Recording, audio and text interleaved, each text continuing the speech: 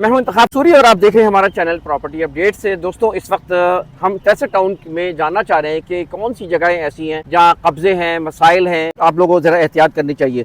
तो मेरे साथ है वारिस भाई, वारिस प्रॉपर्टीज़ के करता धरता हैं। वारिस भाई से मैं जानना चाहूँगा और तहसील टाउन पर इनकी अच्छी गिरिप भी है। तो तहसील टाउन के हवाले से बताइए वारिस भाई, क्या मामला है कब्जे वगैरह के? सूरी साहब, तहसील टाउन जो है, अगर हम बेसिकली देखें तो ये 4 देव पर मुश्तमिल है। दे नागन, दे मुखी, दे तेसर, दे बिजार बेटी। ये 4 दे जो है ये बोर्ड ऑफ रेवेन्यू ने 1996 में जो है एमडीए के हैंड ओवर किए और एमडीए ने फिर 2006 में जो है इसकी प्लानिंग 2004 में शुरू हो गई थी। 2006 में जो है इस पर तहसील टाउन एक स्कीम लॉन्च की। अच्छा, तहसील टाउन जो है ये पूरे 4 देव में नहीं है, इसमें बाकी बहुत सारी प्राइवेट बिल्डर्स की ज़मीनें भी है, जैसे गुलशन हमारे गार्डन सिटी हैं। ये सब तहसील टाउन स्कीम 45 का हिस्सा है। इसमें जो गवर्नमेंट की स्कीम है वो तहसील टाउन स्कीम कहलाती है और ओवरऑल ये एमडीए स्कीम 45 कहलाती है। तो तहसील टाउन की अगर हम बात करें, इस वक्त सबसे ज़्यादा अगर मैं कहूँ इंक्रोचमेंट जो हो रही है वो तहसील टाउन स्कीम 45 में हो रही है। स्कीम 45 में उन सेक्टर्स पर भी हो रही है जो एमडीए ने बैलेटिंग के ज़रिए आम आवाम को बैलेट किए हैं, आम आवाम को अलॉट किए हैं, और उन सेक्टर्स पर भी हो रही है जो अभी एमडीए ने अलॉट नहीं किए हैं, या तो वो कमर्शियल पर्पस के लिए रखे हुए हैं, या इंडस्ट्रियल पर्पस के लिए रखे हुए हैं, या किसी न किसी मकसद के लिए यानी फ्यूचर प्लानिंग के लिए रखे हुए थे। तो तकरीबन अगर मैं आपको बताऊं कि 50 के करीब हैं। अगर हम सेक्टर 11 से शुरू करें तो 11 जो है वो मुकम्मल इंक्रोच हो चुका है।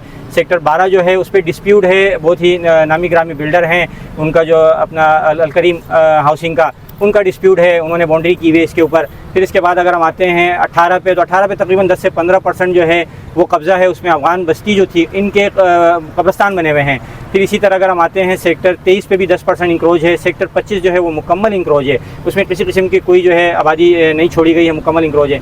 फिर 28 और 29 जो है ये क्लियर हैं। 30 भी जो है उस पर कब्ज़ा करने की कोशिश की गई थी अभी पिछले महीनों, लेकिन फिर बहुत जल्दी से जो है इसमें तेज़ी से एमडीए ने और 2 इदारे जो है एक्टिव हुए और वो कब्ज़ा खाली करवा लिया।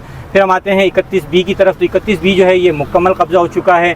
फिर इसी तरह अगर आप क्या कहते हैं 36 की तरफ आते हैं जो लियारी की तरफ पड़ता है, यहाँ पर इंक्रोचमेंट हो चुके हैं। 38 जो है ये जो नाज़रीन जो खुदा की बस्ती वाला वो एरिया है, वहाँ की बात हो रही है। जी बिल्कुल सूरी साहब, ये सेक्टर जो है ये फैलते जा रहे हैं। एक एक सेक्टर जो है वो एमडीए का तकरीबन 100 से 200 एकड़ पर मुश्तमिल है। तो ये फिर फैलते जा रहे हैं। ये पूरा एरिया है जिसे बाज़ लोग गुलशन सुरजानी के नाम से तो जानते हैं, लेकिन एरिया जो है वो एमडीए का कंट्रोल एरिया है। वहाँ जो अप्रूवल होगी वो एमडीए की जानिब से मिलेगी, जो लीज़ मिलेगी वो एमडीए की जानिब से मिलेगी। तो न्यू लियारी में जो है बेशुमार मुख्तलिफ बोर्ड्स बन रहे हैं, मुख्तलिफ जो है कच्ची आबादी के नाम से ज़मीनें बेची जा रही हैं। ये तमाम की तमाम इल्लीगल है। कच्ची आबादी और गोड जो है ये हमारा काम नहीं है, ये गवर्नमेंट ऑफ सिंध का काम है कि वो लोगों को ज़मीनें अलॉट करें। इसी तरह जो तहसील टाउन है उससे वहाँ पे काफ़ी सारे सेक्टरों पे कब्जा है। फिर अगर हम आगे जाके देखें तो सेक्टर 48 पे इंक्रोचमेंट हो चुकी है। एक प्राइवेट सेक्टर है सेक्टर 46, 47, 43, वहाँ पे इंक्रोचमेंट हो चुकी है और हो भी रही है। फिर अगर हम देखें सेक्टर 53 और 54, ये जो है डिस्प्यूटेड है 2 सरकारी इदारों के दरमियान, और इसमें तीसरा जो है फरीक वो गोट है। सेक्टर 53-54 जो है इस पर जो लेरप है यानी लियारी एक्सप्रेसवे रीसेटलमेंट प्रोजेक्ट, उनका भी जो है यहाँ उन्होंने भी बैलेटिंग की है, लोगों को प्लॉट भी अलॉट किए हैं और बाकायदा लोगों को कब्ज़ा भी दे रहे हैं।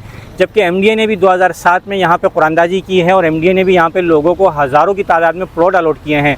फिर इसी तरह अगर हम 54 देखें, 55 देखें, तो तकरीबन 100 के करीब सेक्टर हैं और इसमें इस वक्त 50 के करीब सेक्टरों पे जो है वो इंक्रोचमेंट हो चुकी है, मुकम्मल हो चुकी है या इंक्रोचमेंट हो रही है। तो तहसील टाउन में इस वक्त सबसे ज़्यादा जो है एमडीए स्कीम 45 में सबसे ज़्यादा इंक्रोचमेंट हो रही है और इदारों को चाहिए कि वो उनके खिलाफ जो है कार्रवाई करें। इसी भी ज़रा बता दें कि अफ़गान बस्ती में कौन से सेक्टर्स आते हैं? अफ़गान बस्ती भी जो है वो भी स्कीम 45 के अंदर आता है और तहसील टाउन जो है जो गवर्नमेंट ने आवाम के लिए मतलब बैलॉट किया था उन सेक्टर्स में आता है, जिसमें सेक्टर 91, सेक्टर 93 और सेक्टर 88A है। ये 3 सेक्टर हैं जो कि आवाम को बैलेटिंग किए गए थे 2007 में और 2017 में।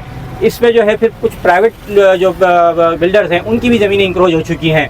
तो ओवरऑल देखा जाए तो तकरीबन 50 के करीब जो है यहाँ पे इंक्रोचमेंट हो चुके हैं सेक्टरों पे, और ये बहुत बड़ा जो है बहुत बड़ी तादाद है। गवर्नमेंट को यहाँ पे सोचना चाहिए कि अगर इस तरह की स्कीमों पे यानी स्कीम 45 के जो टाउन प्लानिंग है उस पर कब्जे हो रहे हैं, तो आपका मास्टर प्लान जो है वो कभी भी कामयाब नहीं हो सकता, क्योंकि मास्टर प्लान में आप कुछ और दिखाएंगे, ज़मीन पर कुछ और होगा, तो ये मास्टर प्लान कामयाब नहीं हो सकता, जिससे पूरा शहर का जो इंफ्रास्ट्रक्चर है वो तबाह हो जाएगा।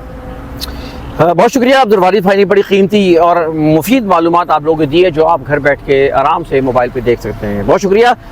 वीडियो को लाइक करें, कमेंट करें, चैनल को सब्सक्राइब करें और अब्दुल वारिस साहब का मशकूर हूँ मैं। इंतखाब सूरी को इजाज़त दीजिए। अल्लाह हाफ़िज़।